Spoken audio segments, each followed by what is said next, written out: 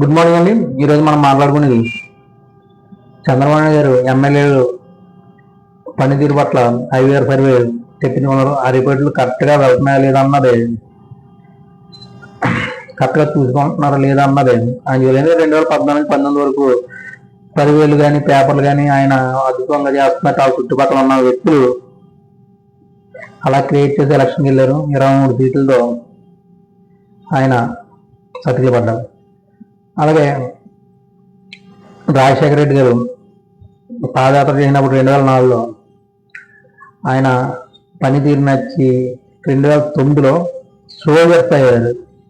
అంటే రాజశేఖర రెడ్డి గారిని ఎట్టి పరిస్థితుల్లో గెలిపించుకోవాలను, ఎందుకంటే ఆయన అన్ని విషయాలని క్షుణ్ణంగా పరీక్షించి ఆ తర్వాత నిర్ణయం తీసుకున్నారు.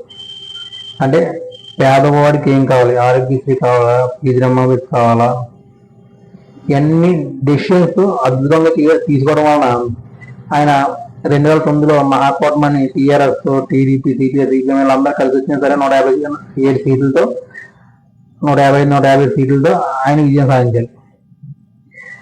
అదే సోల్జర్స్ 2014లో జగన్ గారికి నించున్నారు. అలాగే 2019లో అదే సోల్జర్స్ పనిచేశారు. ఎందుకంటే రాజశేఖర రెడ్డి గారు కొడుకు అనే ఉద్దేశంతో.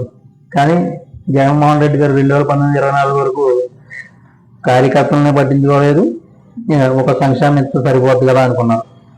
కానీ అది ఎవరో కూడా పట్టించుకోలేదు.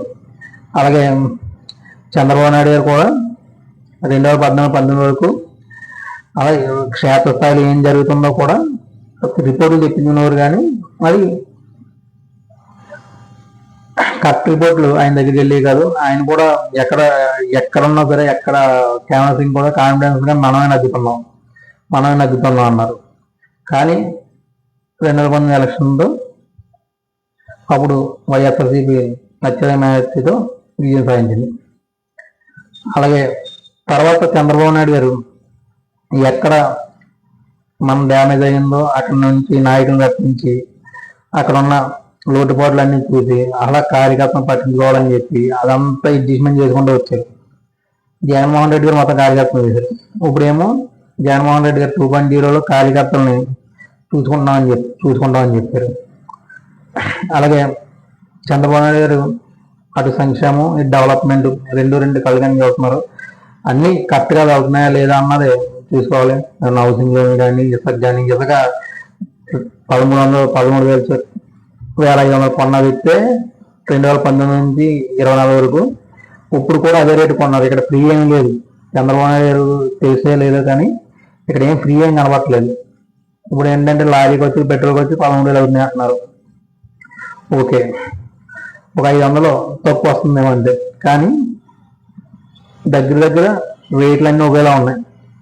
ఇంకోటి, జగన్మోహన్ రెడ్డి గారు అయితే కనీసం ప్రెస్ మీట్ కూడా పెట్టకుండా ఆయన కార్యకర్తను వీడారు. ఆయన సజ్జల రామకృష్ణారెడ్డి